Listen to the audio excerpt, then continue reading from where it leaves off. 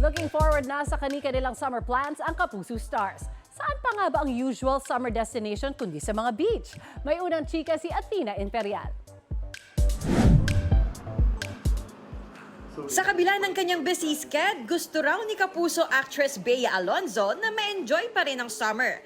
Ang kanyang top-of-mind destination, beach. Ngayon tag-init siguro, gusto ko sana mag-beach kung maisisingit. I haven't gone to the beach in a while.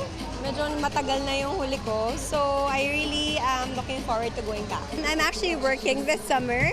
I'm doing a soap. So yeah, watch out for that. Nag-share naman si Carla Abellana na pupunta sila ng kanyang husband na si Dr. Reginald Santos sa Europe for their honeymoon. First will be France, also Paris. Next will be in Switzerland, and then the third will be in Italy.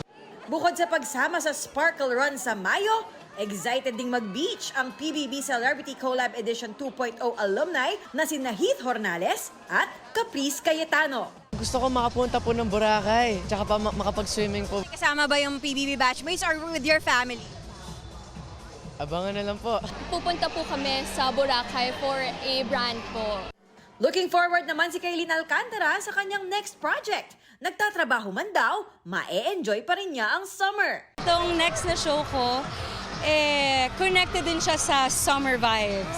Yes. Pupunta ka ng beach, ganyan. Yes. Paalala ng board-certified dermatologist, sun exposure is the primary cause of skin aging. Payo niya, we cannot overemphasize. Ang importante po talaga is sunscreen protection. We always have to make sure we take care of our skin. ito ang unang balita, Athena Imperial, GMA News.